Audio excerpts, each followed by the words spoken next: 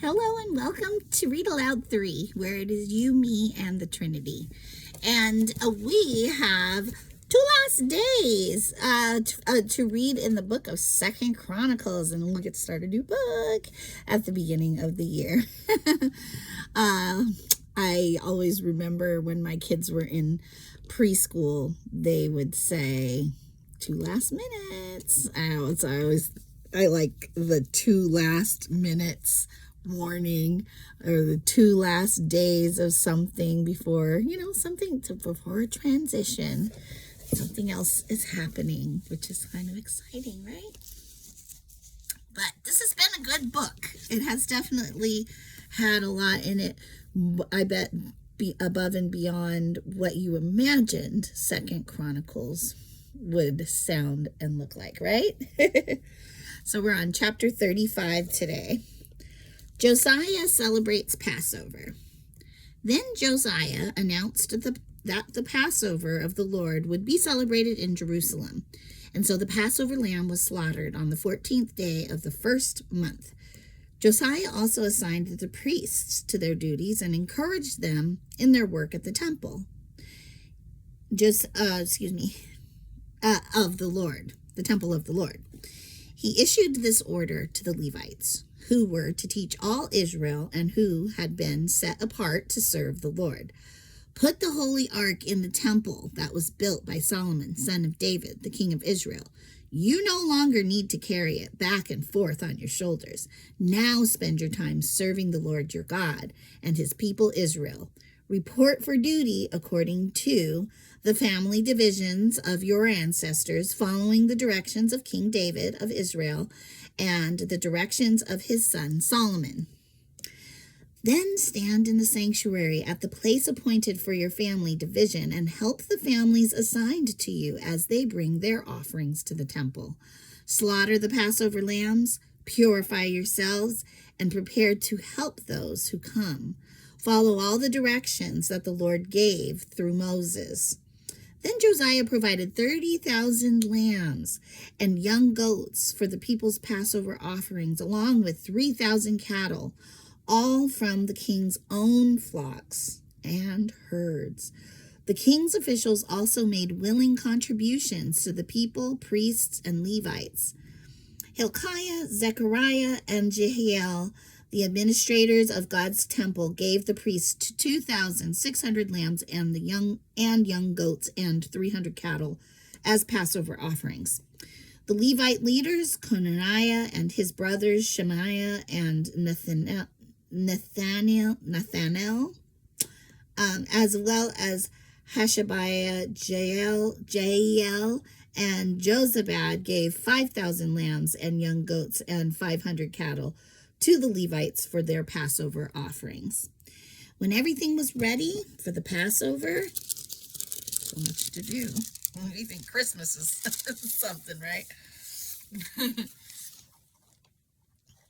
For the Passover celebration, the priests and the Levites took their places, organized by their divisions, as the king had commanded. The Levites then slaughtered the Passover lambs and presented the blood to the priests, who sprinkled the blood on the altar while the Levites prepared the animals. They divided the burnt offerings among the people by their family groups so they could offer them to the Lord as prescribed in the book of Moses. They did the same with the cattle.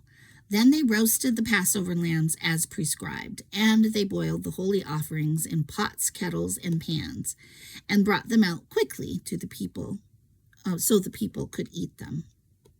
Afterward, the Levites prepared Passover offerings for themselves and for the priests, the descendants of Aaron, because the priests had been busy from morning till night offering the burnt offerings and the fat portions. The Levites took responsibility for all these preparations. The musicians, descendants of Asaph, were in their assigned places, following the commands that had been given by David, Asaph, Heman, and Jeduthun, the king's seer. The gatekeepers guarded the gates and did not need to leave their posts of duty, for their Passover offerings were prepared for them by their fellow Levites. The entire ceremony for the Lord's Passover was completed that day. All the burnt offerings were sacrificed on the altar of the Lord, as King Josiah had commanded. All the Israelites present in Jerusalem celebrated Passover and the festival of unleavened bread for 7 days. Never since the time of the prophet Samuel had there been such a Passover. I can imagine. None of the kings of Israel had ever kept a Passover as Josiah did, involving all the priests and Levites, all the people of Jerusalem, and people from all over Judah and Israel. This Passover celebration took place in the 18th year of Josiah's reign. Next subtitle, Josiah dies in battle. After Josiah had finished restoring the temple, King Necho of Egypt led his army up from Egypt to do battle at Carchemish on the Euphrates River. And Josiah and his army marched out to fight him. But King Necho sent messengers to Josiah with this message. What do you want with me, King of Judah? I have no quarrel with you today. I'm on my way to fight another nation, and God has told me to hurry. Do not interfere with God. Who is with me? Do not interfere with God. Who is with me? Or he will destroy you. But Josiah refused to listen to Necho, to whom God had indeed spoken, and he would not turn back. Instead, he disguised himself and led his army into battle on the plain of Megiddo. But the enemy archers hit King Josiah with their arrows and wounded him. He cried out to his men, "Take me from the battle, for I am badly wounded." So they lifted Josiah out of his chariot and placed him in another chariot. Then they brought him back to Jerusalem, where he died. He was buried there in the royal cemetery, and all Judah and Jerusalem mourned for him. The prophet Jeremiah composed funeral songs for Josiah, and to this day choirs still sing these sad songs about his death. These songs of sorrow have become a tradition and are recorded in the Book of Laments. The rest of the events of Josiah's reign and his acts of devotion, carried out according to what was written in the law of the Lord, from beginning to end, are all recorded in the book of the kings of Israel and Judah. Excuse me. That was a surprising turn of events to me after they were talking about how, Josiah took it upon himself, to really honor the Passover in such a way that had never been done before, placed the Ark of the Covenant in the temple of the Lord so that, it's just sounded like it was like a new season of being able to have a place to worship God, like, what's the word? Kind of as he deserved,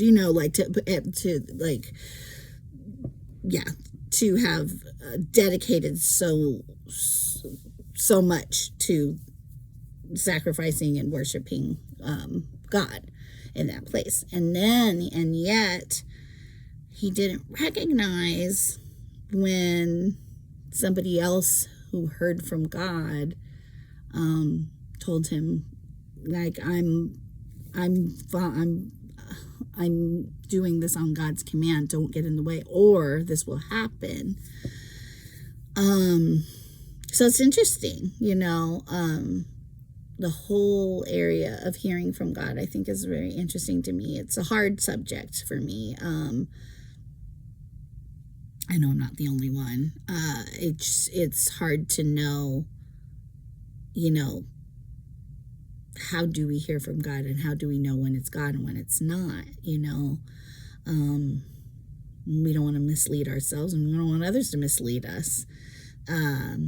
But yet God says his sheep hear his voice, right? So I believe we can trust that God will, as we dedicate ourselves, not just, not just tradition or, religion, but dedicate ourselves to him. I think he knows how to get through to us. He created us. And he knows all the ins and outs of how we function and how we do here, So I think that's just something to think on. And if you have any comments and want to have a discussion, I'd be open and happy to have that with you. So once again, I just want to say thank you for joining me for reading God's Word. And we will continue to finish the book of 2 Chronicles tomorrow with chapter 36. Have a good evening.